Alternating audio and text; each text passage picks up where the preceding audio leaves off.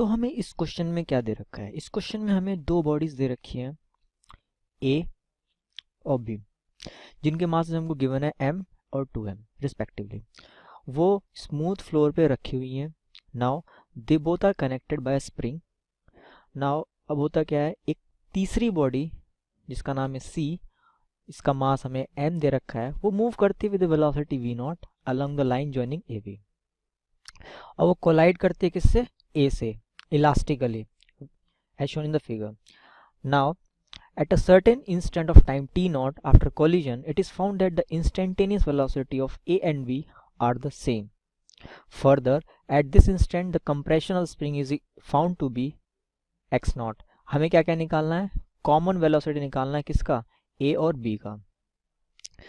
तो अब देखो, क्योंकि collision between c and a कैसा है, इलास्टिक है,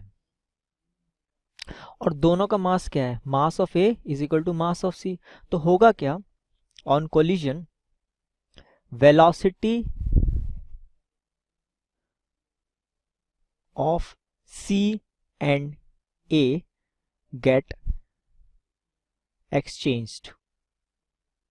ठीक है, तो होगा क्या, आफ्टर कोलिजन सी की वेलोसिटी हो जाएगी 0 और ए की वेलोसिटी हो जाएगी v0, that is initial velocity after collision.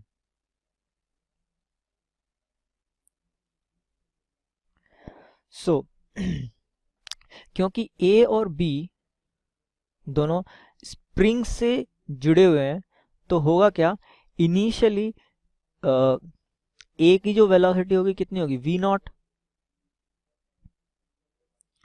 और बी की वेलोसिटी होगी 0। तो स्लोली स्लोली हुआ ये कि b की वेलोसिटी क्या करेगी, इंक्रीज करेगी, और a की वेलोसिटी डिक्रीज करेगी। और अब होगा क्या, t0 टाइम पर कि एट t0 दोनों की वेलोसिटी क्या हो जाएगी, बराबर हो जाएगी, va is equal to vb and that is equal to v0/2। तो जब दोनों की वेलोसिटी हाफ हो जाएगी, उस पॉइंट पे जो टाइम होगा वो होगा t0। अब हम क्या करेंगे, अप्लाई करेंगे एनर्जी कंजर्वेशन।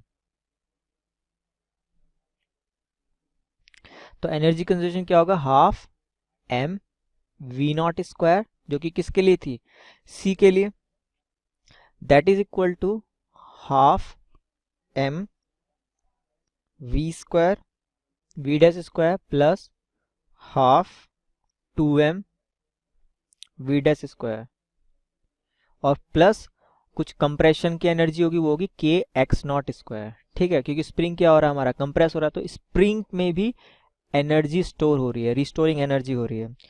ठीक है, तो यहां से हमारा सॉल्व करने पे आ जाएगा v0 square is equal to 3v dash square plus k/m x0 square. ये हम मान लेते हैं फर्स्ट इक्वेशन। ठीक है, तो ये हमारी हो गई फर्स्ट इक्वेशन। अब हम क्या करेंगे, मोमेंटम कंजर्वेशन अप्लाई करेंगे। क्या, मोमेंटम कंजर्वेशन। तो मोमेंटम कंजर्व कराएंगे तो इनिशियल मोमेंटम c का क्या होगा, mv0, बाकियों का 0 होगा, that is equal to final momentum mv dash plus 2mv dash. तो यहाँ से हमारे पास v डैश की वैल्यू आ जाएगी v0/3। ये हमारी सेकेंड इक्वेशन मान लेते हैं। तो इसके बाद हमारा क्या होगा, तो हम क्या करेंगे, इस v डैश की वैल्यू को फर्स्ट इक्वेशन में डालेंगे, तो हमारा आ जाएगा v0 square minus 3 into v0 square by 9, that is equal to k/m x0 square.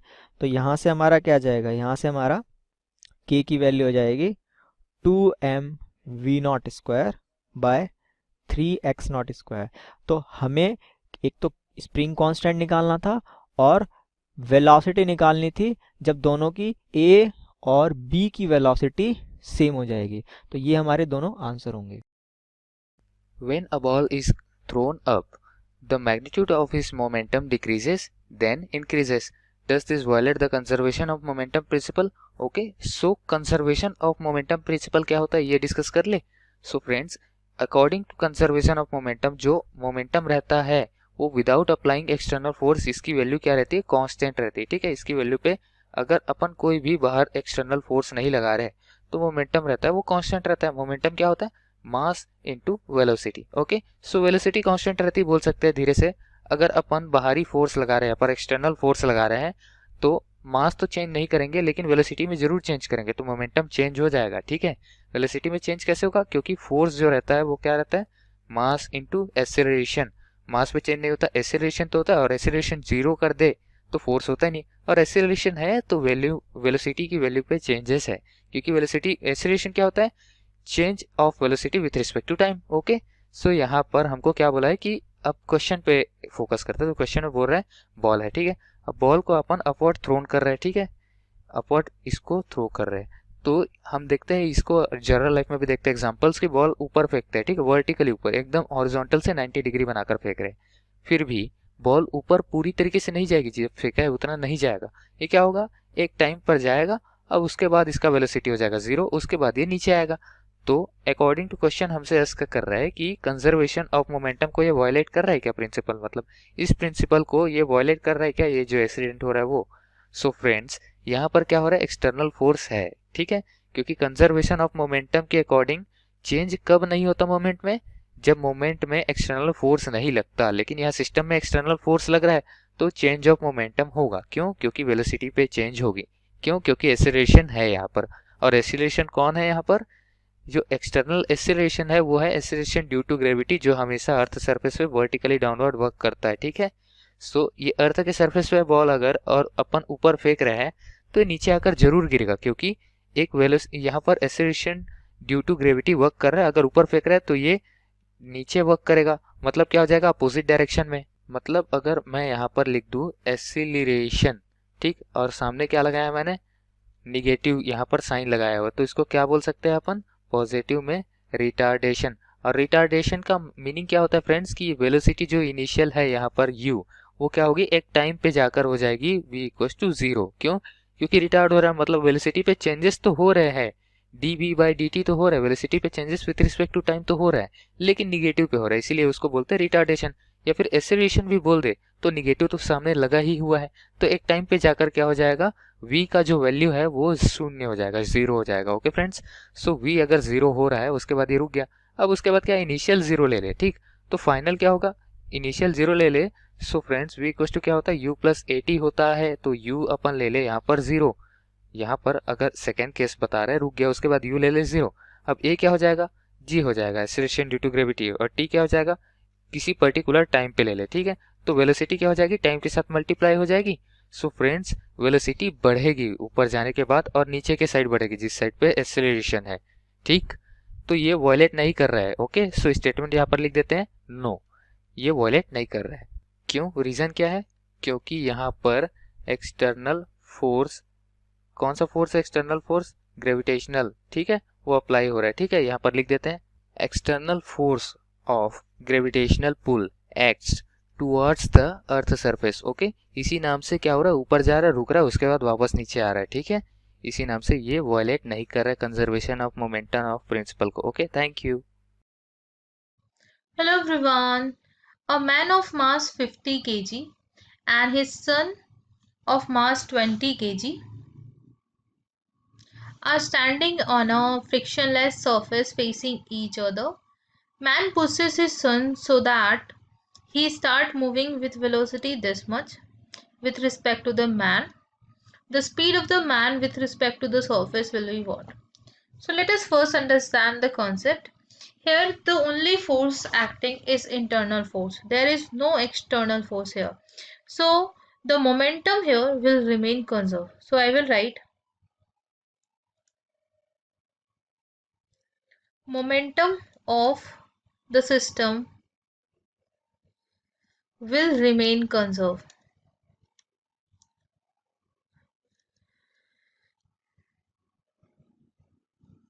Simple. So I will write initial linear momentum is equals to final linear momentum in horizontal direction, right? Since there is no external force in horizontal direction, right? So it is given that the sun gains a velocity of 0.7 meter per second with respect to the man, right? So let's suppose this is the man and this is the sun.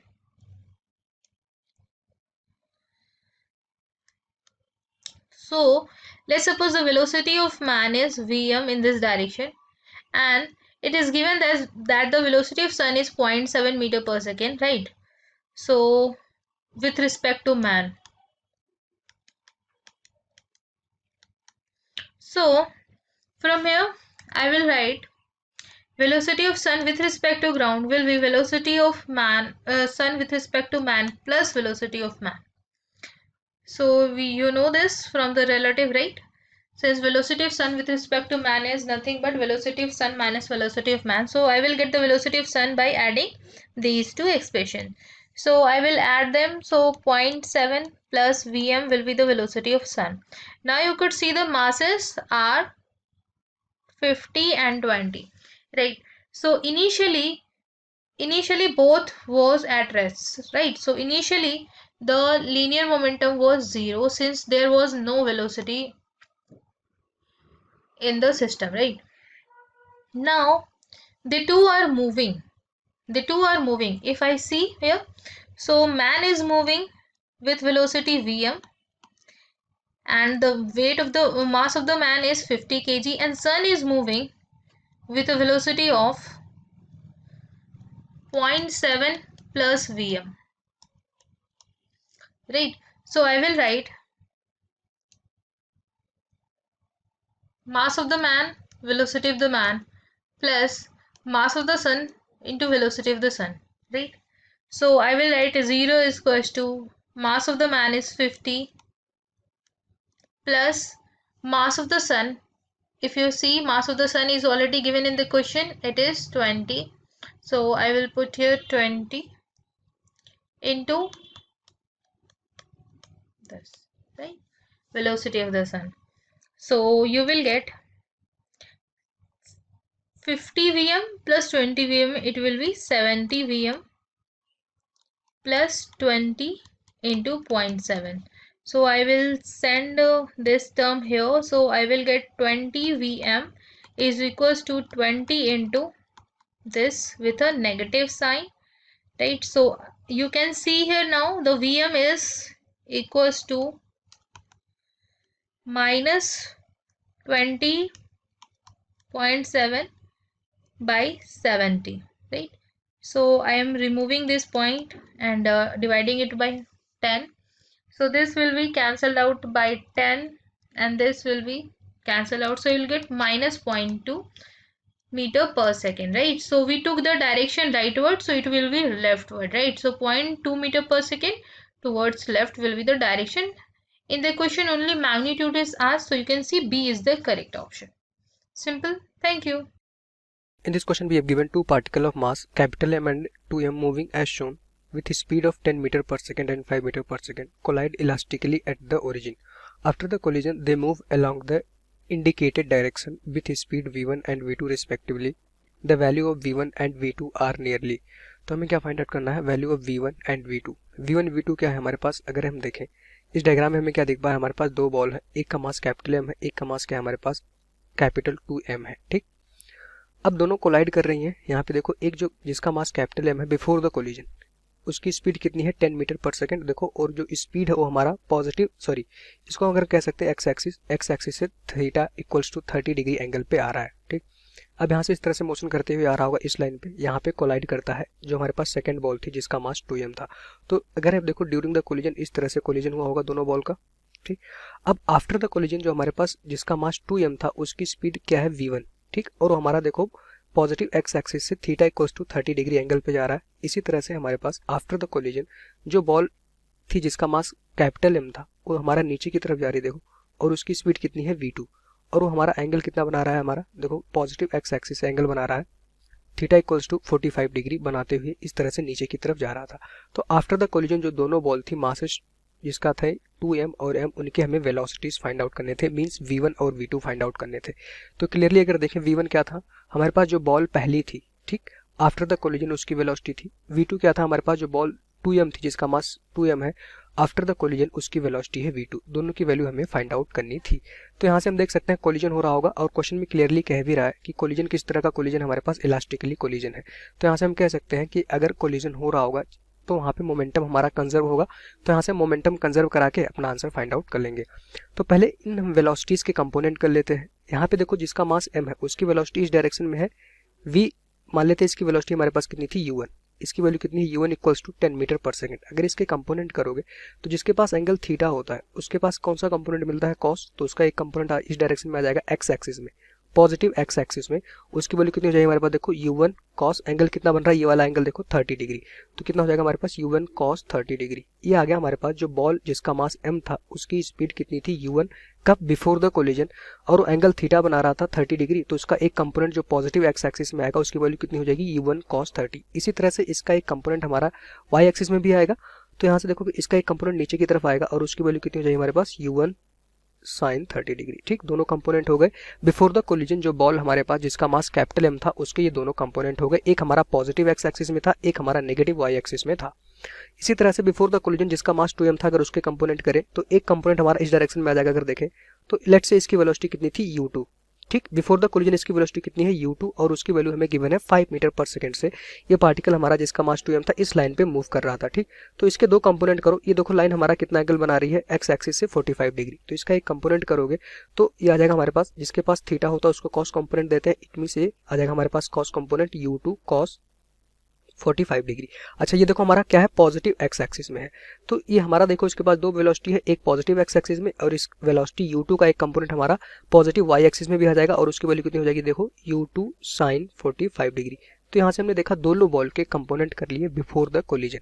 अब after the collision के component कर लेते हैं। तो यहाँ पे देखो after the collision जो हमारे पास पहली बॉल थी उसका मास कितना था m। अब देखो ये वाली पहली बॉल थी जिसका मास m था, उसकी वेलोसिटी कितनी है v2। तो इसके कंपोनेंट करोगे देखो इस तरह से आ जाएगा हमारे पास, कितना हो जाएगा बिफोर द कोलिजन। ठीक, क्या हो जाएगा हमारे, सॉरी आफ्टर द कोलिजन की बात होगी। आफ्टर द कोलिजन इसका कंपोनेंट कितना हो जाएगा v2 cos 45 डिग्री। क्यों, क्योंकि यहाँ पे देखो ये वेलोसिटी v2 है, ये एंगल 45 था, तो जिसके पास थीटा होता उसको cos कंपोनेंट देते हैं v2 cos 45 डिग्री। इस वेलोसिटी से जो हमारे पास बॉल जिसका मास कैपिटल M था वो पॉजिटिव x एक्सिस में जा रही होगी और इसका एक कंपोनेंट हमारा देखो यहाँ से आ जाएगा नेगेटिव y एक्सिस में और उसकी वैल्यू कितनी हो जाएगी, देखो v2, ये क्या हमारे पास v2 sin 45 डिग्री। क्लियर हो गया। तो आफ्टर द कोलिजन उसकी वेलोसिटी कितनी थी, v1 v2 दोनों बॉल की हमें उसकी वैल्यू फाइंड आउट करनी थी। तो यहाँ से हमने कंपोनेंट कर लिया आफ्टर द कोलिजन किसका बॉल का, बॉल जिसका मास m था। इसी तरह से कैपिटल 2m वाली जो मास थी उसके में कंपोनेंट करेंगे। देखो ये हमारा देखो इस लाइन पे मूव कर रहा है, इसकी वेलोसिटी क्वेश्चन में गिवन है कितना v1। तो इसके कंपोनेंट करोगे, इसका एक कंपोनेंट हमारा पॉजिटिव x एक्सिस में आ जाएगा, उसकी वैल्यू कितनी हो जाएगी, देखो v1 सॉरी cos 30 डिग्री। एक कंपोनेंट हमारे इस डायरेक्शन में आ गया, इस एंगल 30 था तो ये हमारा आ गया v1 cos 30 डिग्री। इसी तरह से एक कंपोनेंट हमारा देखो पॉजिटिव y एक्सिस में आ जाएगा, इस v1 का एक कंपोनेंट हमारा x एक्सिस में आ जाएगा, उसकी वैल्यू कितनी होगी v1 cos 30। एक कंपोनेंट हमारा y एक्सिस में आ जाएगा, उसकी वैल्यू कितनी हो जाएगी हमारे पास v1 sin 30 डिग्री। ठीक, तो आफ्टर द कोलिजन जो हमारे पास बॉल जिसका मास 2m था उसके भी कंपोनेंट हमने कर लिए। एक था हमारे पास v1 cos 30 डिग्री, एक था हमारे पास v1 sin 30 डिग्री। तो यहाँ से देखो बिफोर द कोलिजन जो हमारे पास जिसका मास m था वो हमारा एक पॉजिटिव x एक्सिस में भी इसकी वेलोसिटी है, एक नेगेटिव y एक्सिस में वेलोसिटी है। आफ्टर द कोलिजन इस बॉल का देखो जिसका मास m है वो हमारा यहाँ पे पहुंची है, ठीक इस लाइन पे मोशन कर रही है, उसके पास वेलोसिटी पॉजिटिव x एक्सिस में है और नेगेटिव y एक्सिस में भी है। तो यहाँ से हम देख पा रहे हैं कि दोनों बॉल का जो मोशन है वो 2 डायमेंशनल मोशन है। इट मींस जो मोमेंटम हमारा कंजर्व होगा दोनों एक्सिस में होगा, एक बार x एक्सिस में एक बार y एक्सिस में। अब हमें पता है कि अगर कोलिजन होगा तो कोलिजन के केस में क्या होता है, हमारे पास मोमेंटम ऑलवेज कंजर्व रहता है। तो किसी भी टाइप का अगर कोलिजन होगा तो मोमेंटम कंजर्व रहेगा। अब हम मोमेंटम कंजर्व कराएंगे तो यहाँ से लिख सकते हैं कंजर्वेशन ऑफ मोमेंटम। अगर मोमेंटम कंजर्व कराएं तो यहाँ पे देखो हमारे पास मोमेंटम क्या है, दोनों एक्सिस में है, x एक्सिस में भी y एक्सिस में। तो पहली बार हम किस में कंजर्व करेंगे, पहली बार हम x एक्सिस में मोमेंटम कंजर्व करेंगे। तो मोमेंटम का फॉर्मूला क्या होता है, मास इनटू वेलोसिटी। तो पहली बॉल जो हमारे पास जिसका मास कितना था m, उसकी x एक्सिस में वेलोसिटी देखो before the collision. Before the collision उसके पास वेलोसिटी कितनी है, u1 cos 30 degree. Value put कर दो और u1 की वैल्यू हमें गिवन है u1 cos 30 डिग्री। ये क्या हमारे पास मोमेंटम अगर हम कंजर्व करेंगे तो क्या होगा कि before the collision x axis का momentum is equals to after the collision x axis का मोमेंटम। ठीक, फाइनल कोलिजन मतलब आफ्टर द कोलिजन किस में, x एक्सिस में, यही हम लगा रहे हैं। तो यहाँ से देखो बिफोर द कोलिजन हमारे पास दोनों बॉल थी, उनकी x एक्सिस में वेलोसिटी थी। दूसरी बॉल जिसका मास देखो 2m, उसकी x एक्सिस में वेलोसिटी कितनी है, u2 cos 45 degree. Value put कर दो तो ये आ गया हमारे पास बिफोर द कोलिजन बॉल का जो मास था 2m इंटू उसकी स्पीड कितनी थी x एक्सिस में u2 cos 45 डिग्री। ये क्या था हमारे पास, momentum before the collision in x axis is equals to momentum after the collision in x axis. तो मोमेंटम आफ्टर द कोलिजन देखो, जो हमारे पास बॉल जिसका मास m था उसकी वेलोसिटी एक्स एक्सिस में आप यहाँ से देख सकते हो, एक्स एक्सिस में उसकी वेलोसिटी कितनी थी, v2 cos 45 डिग्री। तो वैल्यू पुट कर दो, यहाँ पे आ जाएगा हमारे पास v2 cos 45 डिग्री प्लस यहाँ पे जिसका मास 2m था उसकी एक्स एक्सिस में वेलोसिटी कितनी थी आफ्टर द कोलिजन। ठीक, अगर यहाँ पे देखो आफ्टर द कोलिजन उसकी वेलोसिटी कितनी है, v1 cos 30 डिग्री। तो यहाँ पे वैल्यू पुट कर दो, आ जाएगा हमारे पास v1 cos 30 degree. Value put कर दो, यहाँ पे हमें अपना आंसर एक इक्वेशन बन जाएगी। तो देखो मास हमें गिवन है कैपिटल M, u1 हमें गिवन है 10 इंटू cos 30 की वैल्यू होती है हमारे पास देखो √3/2 प्लस यहाँ पे आ जाएगा हमारे पास 2m इंटू u2 हमें गिवन है 5। u2 क्या था हमारे पास, जो जिसका मास 2m था उसकी velocity before the collision question में गिवन है कितना, 5 मीटर पर सेकेंड। तो यहाँ से देख सकते हो 5 इंटू आ जाएगा हमारे पास cos 45 की वैल्यू होती है 1/√2 इज इक्वल्स टू यहाँ पे आ जाएगा m into v2, v1 v2 हमें पता नहीं, यही फाइंड आउट करना था। cos 45 की वैल्यू हो जाएगी 1/√2 प्लस यहाँ पे आ जाएगा हमारे पास 2m इंटू, अब v1 भी हमें कैलकुलेट करना है, हमें पता नहीं है। cos 30 की वैल्यू कितनी होती है हमारे पास देखो √3/2। तो इस तरह से 2 से 2 ये हमारा कैंसिल हो जाएगा। यहाँ पे अगर सिंप्लीफाई करें तो यहाँ पे देखो a m दोनों तरफ से हमारे कैंसिल हो जाएंगे। यहाँ पे क्या बचेगा, इसको हम कह सकते हैं 5√3। यहाँ पे बचा हमारे पास 5√3 प्लस यहाँ पे क्या आ जाएगा, अगर यहाँ पे देखें तो इसकी वैल्यू आ जाएगी हमारे पास 5√2। ठीक, ये क्या आ जाएगा हमारे पास 5√2 इज इक्वल्स टू यहाँ पे बचेगा हमारे पास v2 डिवाइडेड बाई √2 प्लस यहाँ पे आ जाएगा हमारे पास √3v1। ठीक, ये आ गया हमारे पास, लेट्स से इक्वेशन नंबर 1 है। ये आ गया हमारे पास एक्स एक्सिस में मोमेंटम कंजर्व करा के हमने एक इक्वेशन बना ली। अब यहाँ से हम वाई एक्सिस की बात करेंगे, मोमेंटम हम कंजर्व करेंगे वाई एक्सिस में, क्योंकि हमें v1 v2 कैलकुलेट करना, हमारे पास एक ही इक्वेशन अभी मिली है। तो यहाँ से हमें एक इक्वेशन और चाहिए होगा v1 v2 को कैलकुलेट करने के लिए। तो वाई एक्सिस में फिर से हम क्या लगाएंगे, मोमेंटम कंजर्वेशन लगाएंगे। तो वाई एक्सिस में देखो बिफोर द कोलिजन जो हमारे पास पहली बॉल थी जिसका मास कितना था m। अब यहाँ पे देखो मोमेंटम क्या है, वेक्टर क्वांटिटी है, हमें उसकी डायरेक्शन भी देखना होता है। तो यहाँ से देखो मान लेते हैं कि जो पॉजिटिव वाई एक्सिस, मतलब ये वाला जो पॉजिटिव वाई एक्सिस होगा इसको हमने पॉजिटिव मान रखा है। देखो पहली बार जो हमारे पास बॉल जिसका मास m था उसकी वाई एक्सिस में जो वेलोसिटी है वो नेगेटिव में होगी, क्योंकि ये डाउनवर्ड डायरेक्शन में जा रहा है, इट मींस ये डेफिनेटली नेगेटिव हो जाएगा अगर आप अपवर्ड को पॉजिटिव मानते हैं। ठीक, तो यहाँ से देखो उसकी वैल्यू आ जाएगी, पहली जो बॉल जिसका मास m था before the collision, y axis में मोमेंटम आप लिखना है u1 इंटू आ जाएगा हमारे पास sin 30 डिग्री, बट यह हमारा होगा नेगेटिव क्योंकि पार्टिकल देखो इस डायग्राम में हमारा नेगेटिव वाई एक्सिस में जा रहा है। ठीक, अब यहाँ से देखो दूसरा जो मास 2m था बिफोर द कोलिजन वो देखो पॉजिटिव वाई एक्सिस में जा रहा है और उसकी वेलोसिटी कितनी है u2 sin 45 degree in y direction. तो यहाँ से देख सकते हो मास कितना था 2m, दूसरी बॉल का मास 2m था, उसकी वेलोसिटी कितनी है पॉजिटिव वाई एक्सिस में है और उसकी वैल्यू कितनी है u2 और यहाँ से आता है हमारे पास sin 45 डिग्री। ये आ गया is equals to after the collision. आते हैं अब मोमेंटम इन वाई एक्सिस में। तो देखो वाई एक्सिस में हमारे पास जो पहली बॉल थी जिसका मास m है, देखो उसकी वेलोसिटी क्या है नेगेटिव में है। ठीक, और उसकी वैल्यू कितनी है v2 sin 45 डिग्री। तो मास इंटू वेलोसिटी कर दोगे, मास into velocity v2 sin 45 degree, but ये क्या होगा हमारे पास नेगेटिव में होगा क्योंकि पार्टिकल नेगेटिव वाई एक्सिस में जा रहा है आफ्टर द कोलिजन जिसका मास कितना था m। इसी तरह से दूसरा जो बॉल थी उसका मास 2m है, वो हमारा पॉजिटिव वाई एक्सिस में जा रहा है आफ्टर द कोलिजन। तो इसका मोमेंटम कितना हो जाएगा, mass into velocity, y axis की वेलोसिटी कितनी है v1 sin 30 डिग्री। तो यहाँ से आ जाएगा हमारे पास मास कितना है 2m इंटू आ जाएगा हमारे पास v1 into sin 30 degree. Clear, तो यहाँ से इसको सॉल्व करेंगे, यहाँ पे आएगा हमारे पास माइनस m, v1 हमें कैलकुलेट करना, हमें सॉरी u1 की वैल्यू हमें गिवन है, u1 था उसकी वैल्यू हमें गिवन है 10। ठीक, यहाँ पे आ जाएगा हमारे पास 10 इंटू sin 30 की वैल्यू होती है 1/2 प्लस यहाँ पे आ जाएगा हमारे पास 2m, u2 हमें गिवन है 5 इंटू sin 45 की वैल्यू होती है 1/√2 इज इक्वल्स टू यहाँ पे आ जाएगा माइनस m v2 sin 45 की वैल्यू होती है 1/√2 प्लस यहाँ पे आ जाएगा हमारे पास 2m इंटू v1 और sin 30 की वैल्यू होती है 1/2। तो 2 से 2 यहाँ पे कैंसिल हुआ, यहाँ पे देखो फिर से m से m दोनों तरफ हमारा कैंसिल हो जाएगा। यहाँ पे क्या बचा हुआ टर्म था -5 प्लस यहाँ पे आ जाएगा हमारे पास, अगर इसको सॉल्व करेंगे 5√2 -5 प्लस 5√2 इज इक्वल्स टू यहाँ पे आ जाएगा हमारे पास minus v2 divided by √2 plus यहाँ पे आ जाएगा हमारे पास v1। ये आ गया हमारे पास वैल्यू। अब इसको हम क्या करेंगे, सॉल्व करेंगे। यहाँ से हम फाइंड आउट करते हैं v2 डिवाइडेड बाई √2 की वैल्यू यहाँ से हम कैलकुलेट कर लें। v2 डिवाइडेड बाई √2 की वैल्यू अगर यहाँ पे कैलकुलेट करोगे तो इसकी वैल्यू आ जाएगी हमारे पास देखो v1 प्लस 5 माइनस 5√2। इसको उठा के हम इक्वेशन 1 में पुट कर देंगे क्योंकि एक इक्वेशन हमें यहाँ से v1 v2 में रिलेशन मिल गई। इसको हमने क्या किया, इस इक्वेशन से v2 डिवाइडेड बाई √2 की वैल्यू उठा के इसको लेट से इक्वेशन नंबर 2 था, इसको हम इक्वेशन 1 में पुट कर देंगे। इक्वेशन 1 हमारे पास क्या था, अगर देखो इक्वेशन 1 था हमारे पास 5√3 प्लस यहाँ पे हमारे पास था 5√2 इज इक्वल्स टू क्या था v1 बाई रूट टू। अगर यहाँ पे देखो sorry v2 by root to, तो यहाँ से देखो v2 बाई रूट टू की वैल्यू हम कैलकुलेट कर चुके हैं v1 plus 5 minus 5 root two plus यहाँ पे क्या था रूट 3v1। ठीक, ये हमारा क्या था इक्वेशन में, देखो रूट 3v1।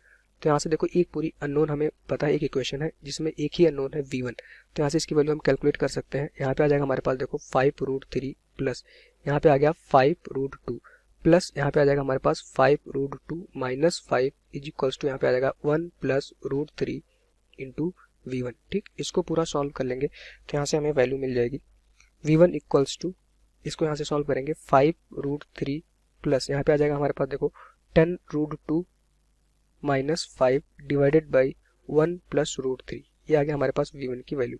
इसको सॉल्व करोगे तो इसकी वैल्यू अप्रॉक्सीमेटली आती है हमारे पास 6.5 मीटर पर सेकेंड। तो आफ्टर द कोलिजन v1 किसकी वेलोसिटी थी, जिसका मास 2m था, तो वो कितनी वेलोसिटी से जा रहा होगा 6.5 मीटर पर सेकंड की वेलोसिटी से जा रहा होगा। ठीक, v1 किसकी वेलोसिटी थी, जिसका मास 2m था। क्लियर हो गया।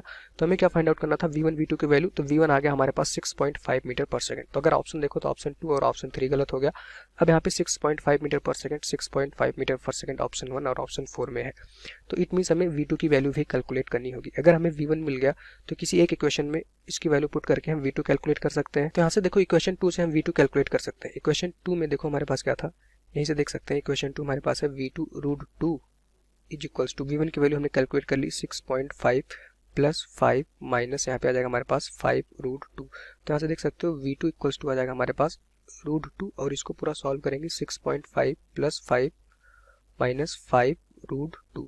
तो सॉल्व करने के बाद इसकी वैल्यू जो आ जाएगी हमारे पास, तो इसको सॉल्व करने के बाद इसकी वैल्यू आ जाएगी हमारे पास 6.3 अप्रॉक्सीमेटली आता है 6.24। इसको पूरा सॉल्व करेंगे वैल्यू अप्रॉक्सीमेटली लिख सकते हैं 6.3 मीटर पर सेकंड। तो यहाँ पे v1 v2 की वैल्यू हमें मिल गई आफ्टर द कोलिजन। तो अगर ऑप्शन देखो तो ऑप्शन 1 इस क्वेश्चन का राइट आंसर हो जाएगा 6.3 मीटर पर सेकंड। Thank you.